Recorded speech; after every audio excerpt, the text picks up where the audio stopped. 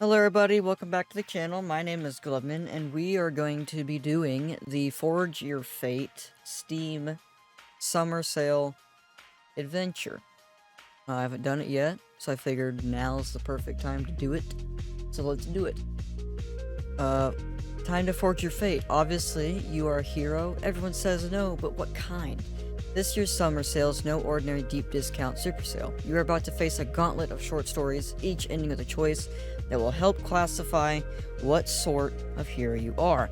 Choose from 2 possible actions in each of the 14 Forge Your Fate stories found throughout the sale and receive an animated sticker as a memento of your decision.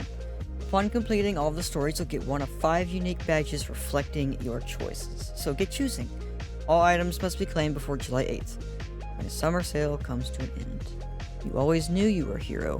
It's time to find out what kind of hero you are. What do you do next? So we'll start with action. Continue to story. Let's see, you love action. If you have 1 fault, it's that you love action too much. If you have 2 faults, it's that you love action too much and you're selfish. For action, you get off the plane and flex your fists and smell the air and your fists. It's a good day for action, you think correctly. Suddenly, a massive smooth-skinned man with a mustache and angry-looking muscles leaps from behind the plane. You, he bellows, you were going to fight, unless you have something to say about that in the next 3 seconds. What kind of hero will you become? Choose your ending wisely. Engage the smooth skin. Oh yeah, we're gonna fight this dude. The smooth-skinned man sails a lazy fist over your head like a blimp. Curse my slow punches, he scolds himself, then breaks down crying. You happily punch the tears back into his eyes. I like to see you cry at this much action happening. You laugh, and then he gets it. 1 handshake later, you're back on the plane. Destination, more action. If you decide to continue your journey, turn to the Forge Your Fate page to select another genre. We got a sticker. Alright, so now we have adventure. You wake up in a bare room, ready for casual adventure. Unfortunately, the door is locked. You search around for the key. There is no key, but you do notice there are 6 key-shaped parts hidden around the room.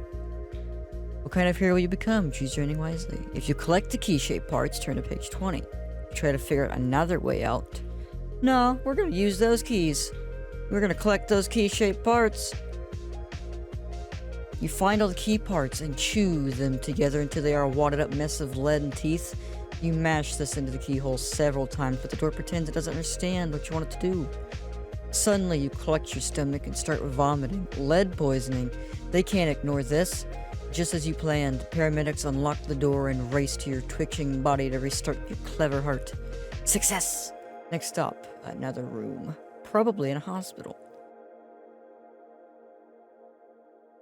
Next, we have role-playing.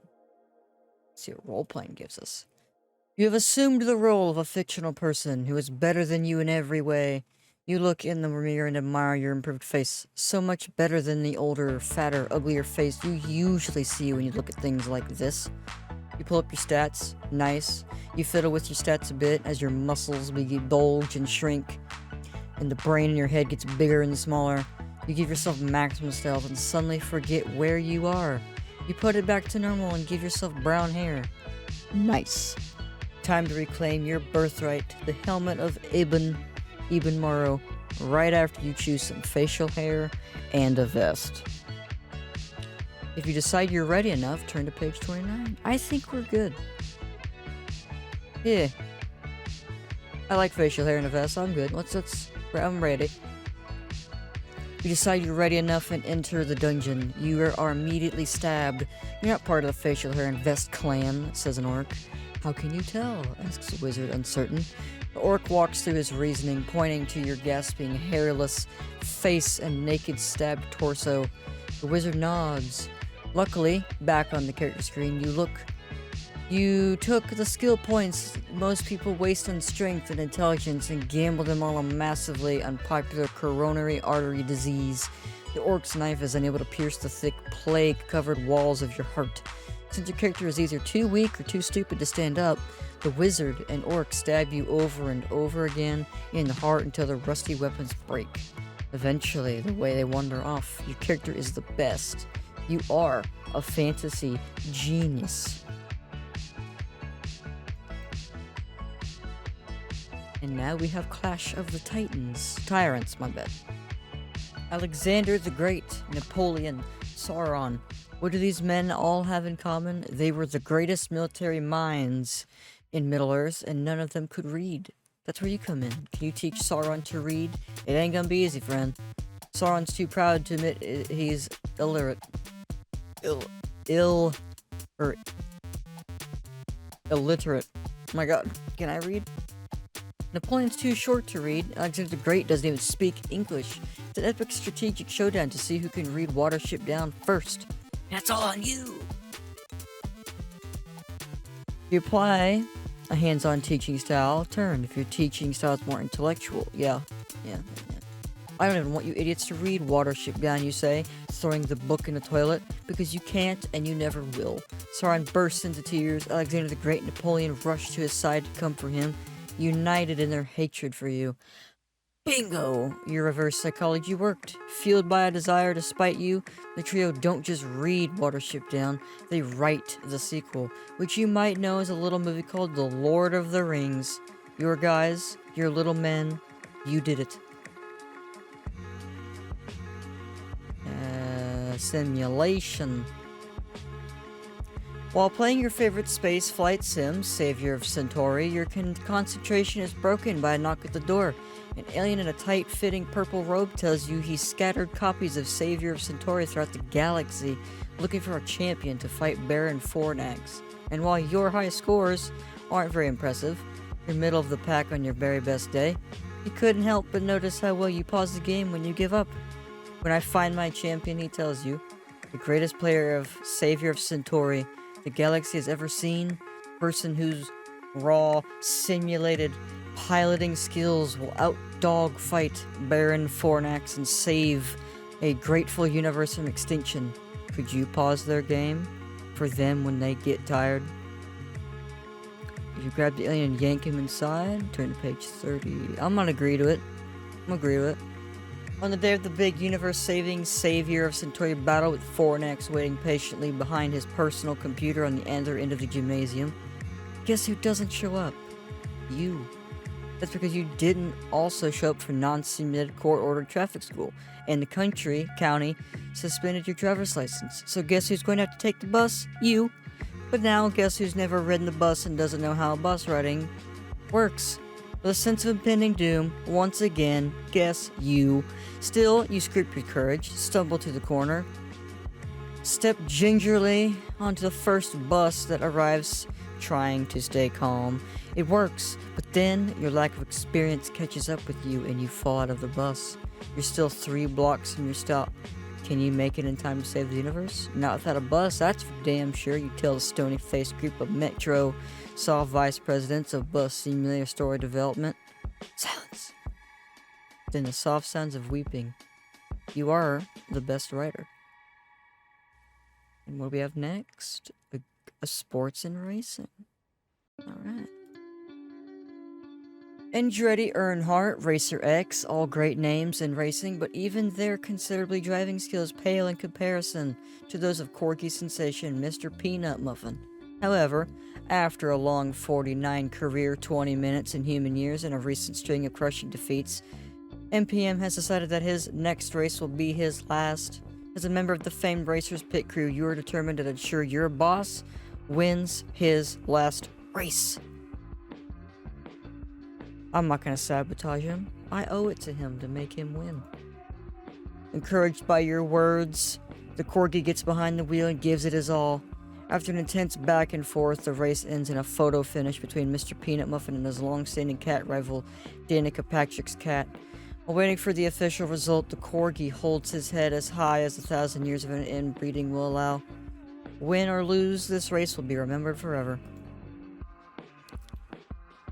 Only have a couple left. Ooh, horror, hello. If there's one thing you're scared of, boys, it's spiders. Yeah, that's true. I don't like bugs. Some might call it a bad idea to walk into spider caves. Some might call you an idiot. Some are calling you an idiot, loudly. But you can barely hear them over the sound of you falling over a precipice into the web of a giant spider. Oh no! Do something, you idiot. If you use your brain... Now I'm gonna punch that bitch. Use my muscles. Use your muscles. Voice muscles, that is. You wisely remember from your wilderness training that bears are more afraid of you than you are of them, so you start screaming. As a spider jams its ovipositor, ovipositor, down your wide open throat and lays eggs in your chest, you remember from your animal identification training that spiders aren't bears. You wake up well rested. The spider's mild venom has given you 8 solid hours of sleep. You yawn happily as the spider skitters into the room. Rise and shine, sleepyhead, I made breakfast. You tell the spider thank you, but no, you're already full of eggs. That's pretty gross. I don't like that. Survival. Let's see what survival has in store. Your machete hacks through the dense jungle as you race for the airstrip. You'll never make it. You think and push the thought out of your head. Down into your chest, you'll never make it. You push the thought further until it settles down in your thighs somewhere good. You'll make it just fine, you think. Just avoid the super bikes at all costs. In the distance, you can hear the roar of the super bikes. Occasionally, above the jungle canopy, you see a super bike do an awesome flip. You'll never make it, your thighs think. Those flips are too radical. Shut up, your mouth says. But you know it's all true. I'm gonna force my way.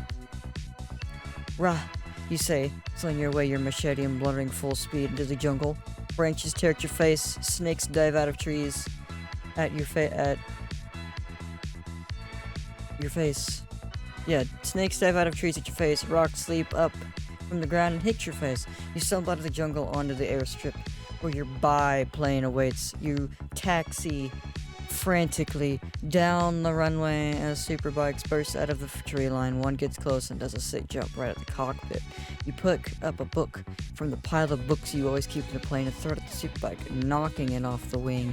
The plane gains altitude and the island disappears in the distance. Luckily for the world, super bikes can't swim. You chuckle as you settle in for a long flight. As you look for a book to read, you notice one missing: How to Swim. Oh well, you'll learn how to swim some other time. I mean, we got left 5, 1. Yeah, let's just keep going. Open world. You are a 2nd century hired killer in the Byzantine Empire, but what your rich clients don't know is that you are also Zeus, father of all Greek gods living in the mortal world. But there's also a problem. Poseidon wants you dead.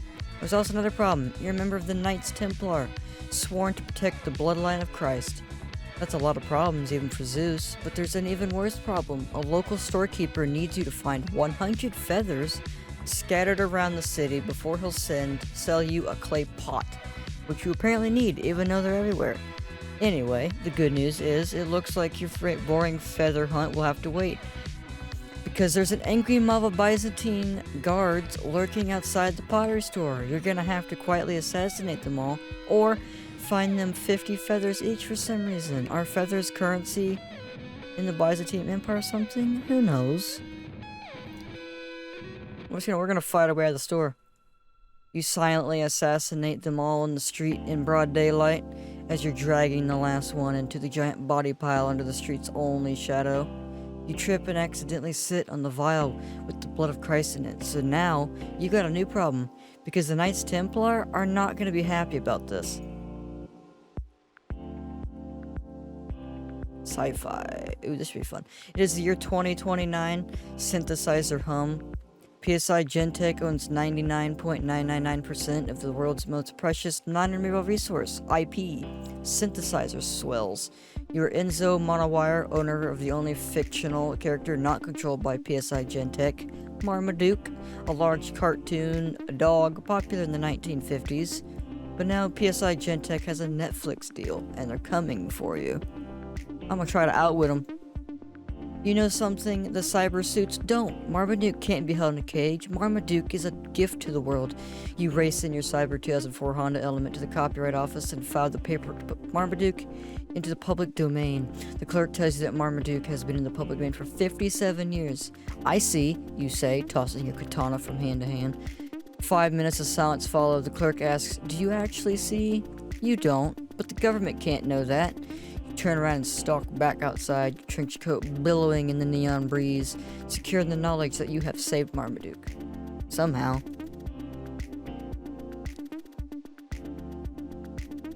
Mystery and detective. The case of the gun in your face. Like all great detectives, you've got a mystery in your hands. Who is this guy, and why is he pointing a gun at your face? I paid you $37,000 to find out who killed my brother. He snarls. Oh right, this guy. I did. You agree? It was hard, and I gave up. You're pretty sure you've got some points coming your way for this honest appraisal of your skills, but instead, he just points the gun more. You wrestle the guy. Gun away? Hell no. I'm gonna wrestle the gun away. I'm a detective.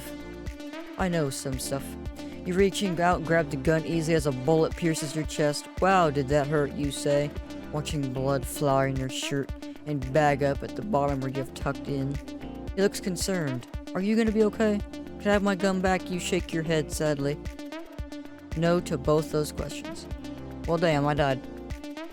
You have 3 more. Space Odyssey. In space, no one can hear you scream, which is good because that's all you've done for the last 6 days. Your top shelf oxygen ran out on day 2. You're down to oxygen. The dollar store pork-flavored air. Engines are down. Now you're just drifting down that dusty trail called space. And suddenly, you think you can hear something above all the screaming. But you'd have to stop to know for sure. And that's not going to happen. Through your viewport, you see a small fleet of spaceships approaching, led by a larger fleet of battleships. A green face appears in your windshield. We heard you screaming, screams the face. In space, everyone can hear you scream if you have that button pressed. He points to the button you've been pressing for 6 days. If you talk things through, turn to page. If you enter into battle. I mean, I'm gonna die probably, so might as well die fighting, right? Fighting chance. Fire! You scream, pressing the fire button.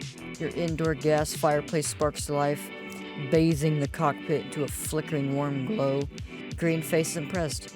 How is your oxygen not igniting right now? He screams inquisitively. You pat the following frowning pig logo adorning the oxygen tanks on your wall. You have 2 more. Broke like an anime. Ooh. Escape attempt through number 3095. Curse this ever-changing dungeon, you yell, waking up in your armor. You sigh, melodramatically, pouting. Basically, your steel-toed boots drag to a nearby treasure chest where you reluctantly arm yourself with your useless crossbow and some stupid crossbow arrow sticks. Whatever you think, it's not like I'll ever find a way out of this constantly shifting labyrinth. Your mouse sidekick takes this moment to remind you, as she reminds you every day, that the dungeon is not ever-changing, and if you just take a minute to draw a map. Bah! No time, you bellow, clanging out of the room at full speed. Do the second one. You find yourself in the library of maps. So much knowledge. Your sidekick gasps in awe. If you give me a few days, I'm sure I can find the answer to all of our... Are you lighting that bookcase on fire? Flames engulf the bookcase. You kick it into a pile of old books that erupt instantly. They're ancient, of old books, or their ancient wisdom-filled pages acting as an accelerant. Your mouse companion watches, devastated, from your shoulder. The inferno of lost knowledge reflected in her tear-stained eyes. All those books? Why? Oh my god, you guys are fire! There's the skeleton evacuation coordinator, hurrying past the library, leaving everything in your layers and walk to the exit. Don't run, Deborah, like we practiced. You follow the monster's single file up an emergency staircase and out into a clearing. Several goblins, clearly shaken, light cigarettes. I think the mummy caught fire, says a ghost. Who started it? That's what I want to know, says a necromancer, looking around suspiciously. You pinch your mouse sidekick's mouth and sneak off into the woods before they do a head count.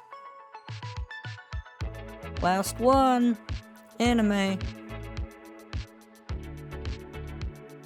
Once you thought you had it all, a job, a family, a 2004 Honda Element, but your life was turned upside down once a talking sugar glider named Okada revealed the truth. You are actually the last living descendant of an ancient alien bloodline, and it is your responsibility to stop the vile machinations of the Black Lotus Ninja Clan.